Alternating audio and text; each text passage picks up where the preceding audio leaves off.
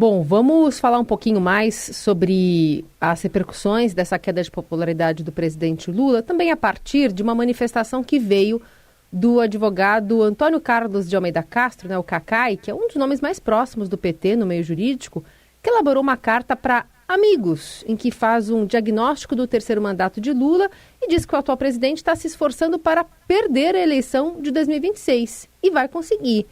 Ele afirmou que depois da divulgação da carta recebeu alguns telefonemas, inclusive de vários ministros. Alguns até falaram para ele que gostariam de ter assinado o texto, mas não podiam. Então, a partir dessa carta que foi enviada ali pelo WhatsApp, depois ganhou o mundo, o que a gente pode entender de críticas até de aliados do presidente que também estão encontrando erros na gestão? Pois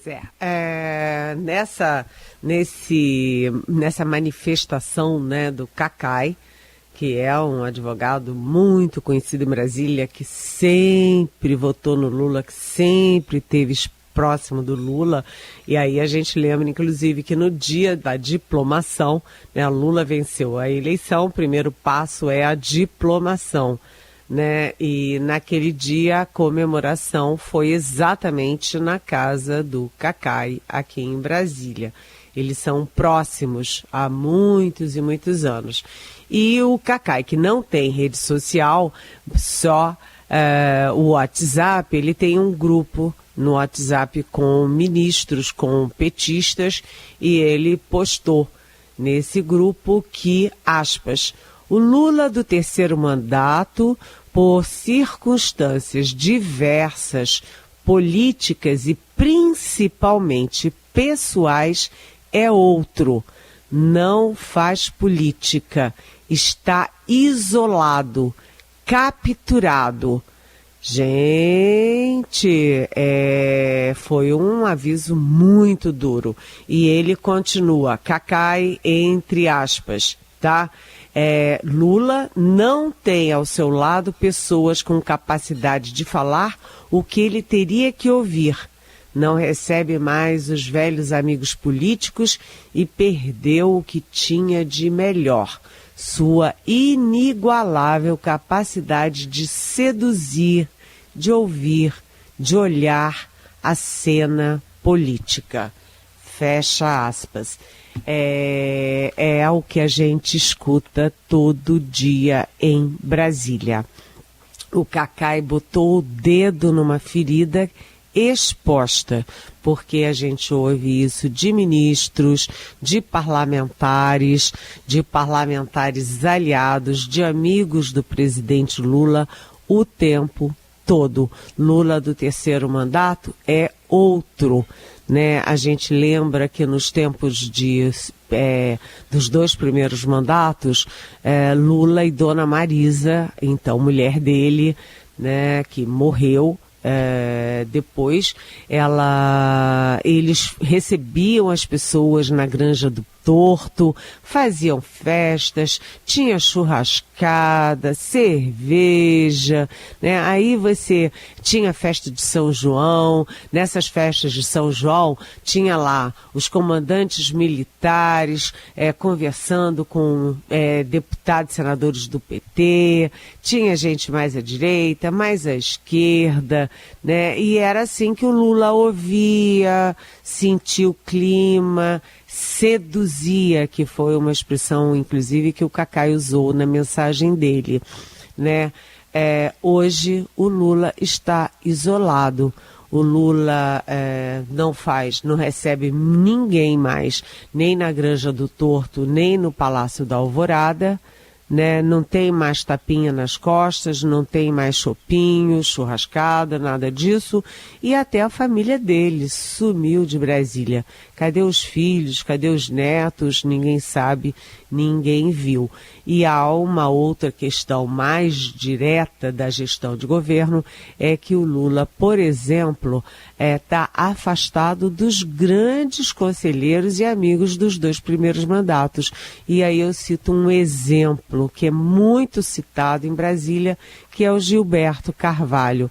O Gilberto Carvalho é um homem, ele é muito católico, frequentador de igreja, tem bons diálogos com as comunidades, com as entidades sociais, né, com sindicatos, e ele é aquele homem do bom senso, que diz as coisas que tem dito, que tem que ser ditas, que olha no olho do Lula e diz algumas verdades que outros não têm coragem de dizer. Cadê o Gilberto Carvalho? Foi totalmente afastado do 3º mandato, assim como outros que foram tão importantes na vida do Lula e na história dele no PT. Então, isso é uma reclamação de quem conhece por dentro a alma do poder, né, e a alma do Lula e dos governos Lula. Mas, afora essa crítica de aliados, há também a crítica de novos aliados interesseiros e, obviamente, uma crítica contundente do bolsonarismo, da oposição pelas redes sociais. Então, a sensação que a gente tem, às vezes, é de que o Lula está muito isolado e muito cercado por todos os lados. É crítica do mercado, crítica do agronegócio, agora o Donald Trump com essas tarifas, né, muito aliado no Centrão, que é aliado para tirar as vantagens, mas na hora de comparecer com o voto não aparece.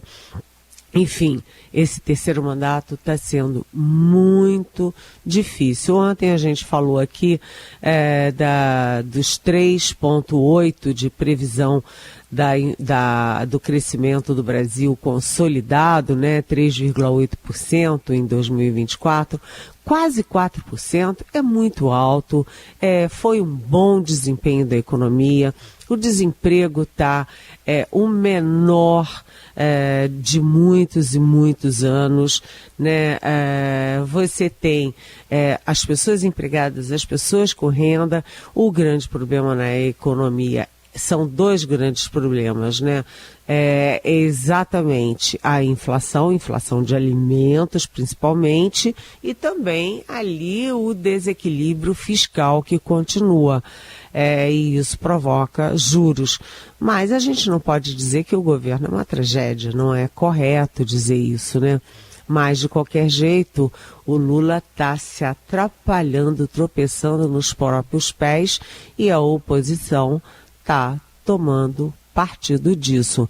E aí a gente vê que o que detonou essa sacudida em Brasília foi a pesquisa Datafolha da sexta-feira, registrando 24% só de aprovação do Lula, né, do governo Lula, o que significa o pior índice de todos os 3 mandatos do Lula até agora. E, Eliane, há alguma menção específica de bastidor que rola em Brasília em relação à conduta da própria Janja também, nessa agenda mais reclusa do presidente? Olha aí como é que a Carolina Heissen. Veja. Só tô ouvindo. Bem, Heissen, eu aqui sutilmente, elegantemente citei a era da Dona Marisa, né? Que a Dona Marisa abria as portas, recebia as pessoas, fazia churrasco, cerveja e tal, casa cheia, né? Eu citei a Dona Marisa exatamente como contraponto, porque no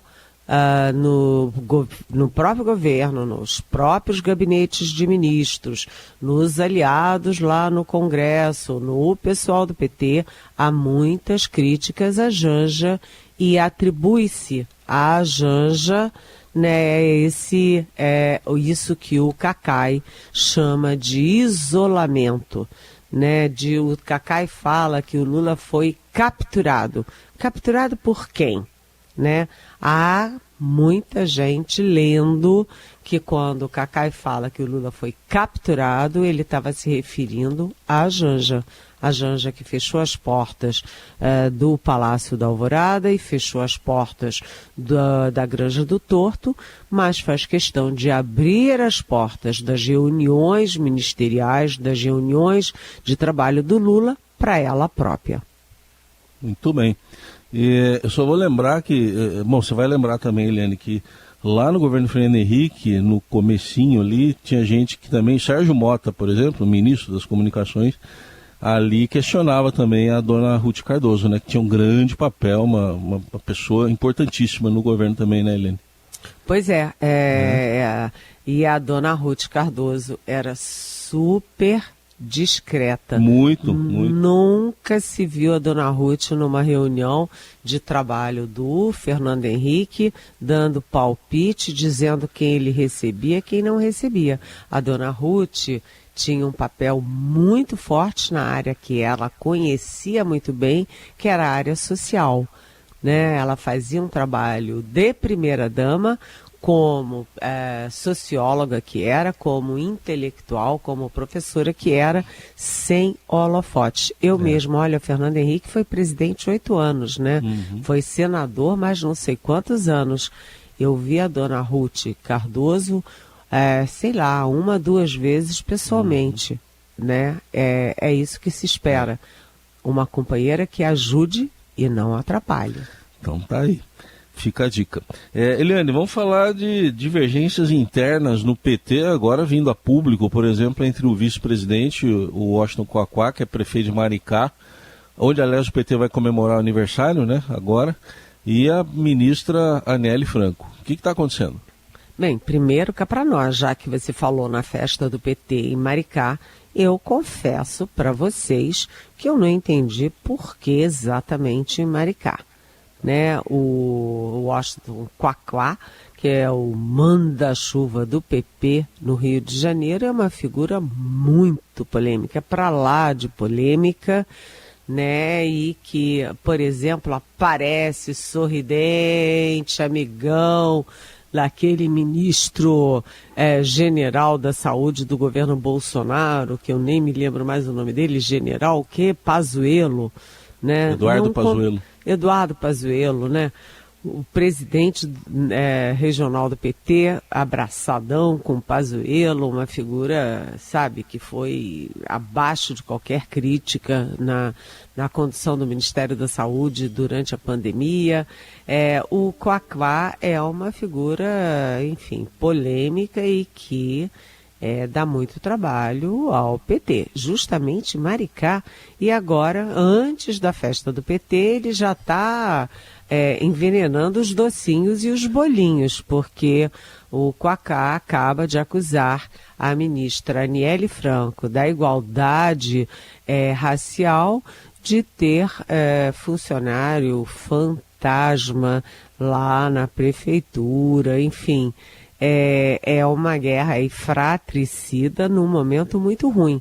Por quê? Porque o Lula tem que responder pelo governo e agora tem que responder também pela decadência do PT, que não põe mais povo na rua, que briga o tempo inteiro, né? E que tem mais, né?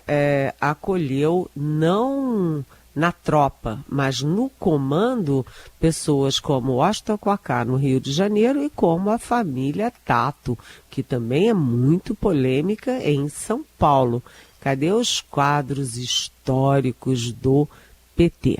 Seguimos aqui com a Eliane Cantanhede para falar um pouco sobre como o ex-presidente Bolsonaro tem se movimentado para colocar a oposição ali nesse flanco aberto, né, pelo PT, pela popularidade do presidente Lula, e essas discussões, não há espaço vazio. E tem uma pauta importante também para os próximos dias agora, no comecinho de março, né, Eliane? Olha, quando a gente pensa em política e olha para a política, pensa numa balança, né? Você tem 2 pesos, um do lado, outro do outro. Se o governo está forte ele tem muita capacidade de articulação no Congresso, de convencimento da sociedade, de presença na mídia.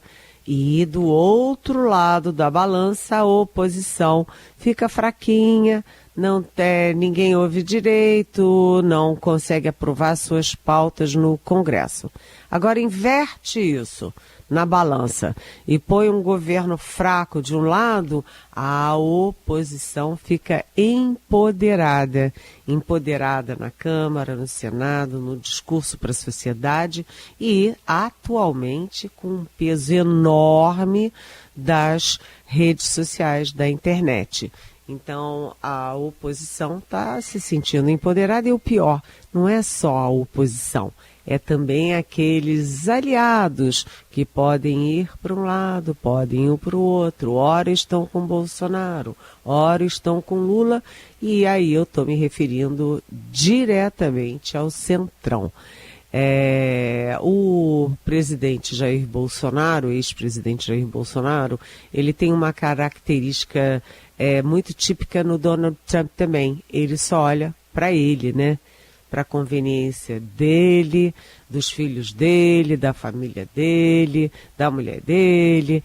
Então ele está sempre olhando para ele. Então o foco do Jair Bolsonaro não é a economia, não é militares, a queda de popularidade dos militares, não é nada disso. Ele só está focando numa coisa que se chama anistia, né? Esse projeto de anistia ao pessoal, aos criminosos de 8 de janeiro, é um projeto feito para favorecer o Bolsonaro, né? Os criminosos, assim como foram manipulados por ele, pela turma dele, para depredar tudo, agora também estão sendo manipulados para ser a alavanca, né, para o projeto de anistia. E hoje o Jair Bolsonaro almoça no Senado Federal, no restaurante do Senado Federal, com líderes aliados a ele, por exemplo, do Novo, por exemplo, do PL, do PP, do Rogério Marinho, né? Enfim, e ele vai discutir o quê? Anistia, como é que está isso? E ele também vai discutir aí se há uma conveniência para ele ou não de se manter o discursinho que vem lá dos Estados Unidos, do Musk, falando em impeachment do presidente Lula. Claro que não é para valer, mas é para tumultuar. Muito bem. E é para valer uma negociação aí, será que é para valer uma negociação em que tenta se pôr fim a uma guerra, mas não se conversa com um dos lados da guerra? Estou falando aqui do governo americano conversando sobre o fim da guerra da Ucrânia, mas sem a Ucrânia, Eliane. E como é que o Brasil reage a isso? Pois é, ontem o Brasil soltou fogos, né? Foi assim, ao Brasil, né? Eu estou me referindo ao governo brasileiro, isso significa Palácio do Planalto e Itamaraty. Houve uma comemoração pela união da União Europeia, mas vamos dizer, união dos países da Europa para discutir a questão da Ucrânia, mas na verdade não é só a questão da Ucrânia, né? É para discutir essa escalada do Donald Trump, que não se sente apenas imperador dos Estados Unidos, mas também imperador do mundo. O Brasil comemorou isso. A gente vê que começou isso quando o vice-presidente do Trump, o D. Vance, o Vance foi a uma conferência de segurança em Munique, na Alemanha, né? E chegou lá, todo mundo recebendo amigavelmente o Vance, e o Vance chegou lá e foi grosseiro, grotesco, mal educado e humilhando a Europa toda. No final da fala dele, o presidente da conferência, que é o alemão Christopher, eu não sei se fala assim, mas eu vou ler assim, Hogsgen, chorou.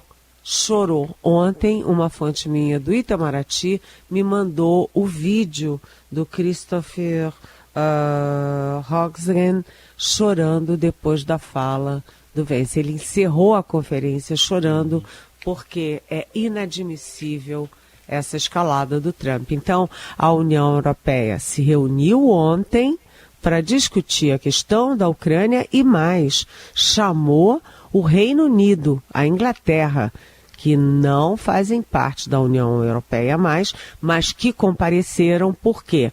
Porque apoia a Ucrânia contra o Putin. Já o Trump, né, não apenas apoia o Putin e a Rússia, como faz, é isso que a Carolina falou. Primeiro, faz uma negociação de paz sem um dos interessados, só faz com um lado. Segundo, na Arábia Saudita, que é uma ditadura sangrenta, inimaginável. E terceiro lugar, né, a proposta do Trump é que o Putin simplesmente anexe territórios da Ucrânia, o que o Zelensky da Ucrânia não aceita, o mundo democrático não aceita e é radicalmente contra as leis internacionais que proíbem assim claramente, estridentemente, que países ricos anexem territórios de países mais frágeis. Então, isso é um desacato à Ucrânia, um desacato às leis internacionais, ao mundo democrático, e a Europa está tomando partido. Para o Brasil, isso é ótimo, porque isso mostra que o Donald Trump começa a ter chega para lá, um limite, e ele não pode se sentir dono do mundo. O Brasil evidentemente integra essa resistência e hoje, aliás, o presidente Lula recebe o presidente de Portugal, o Marcelo, que eu esqueci o sobrenome dele, mas que tem sido um aliado de sempre do Brasil.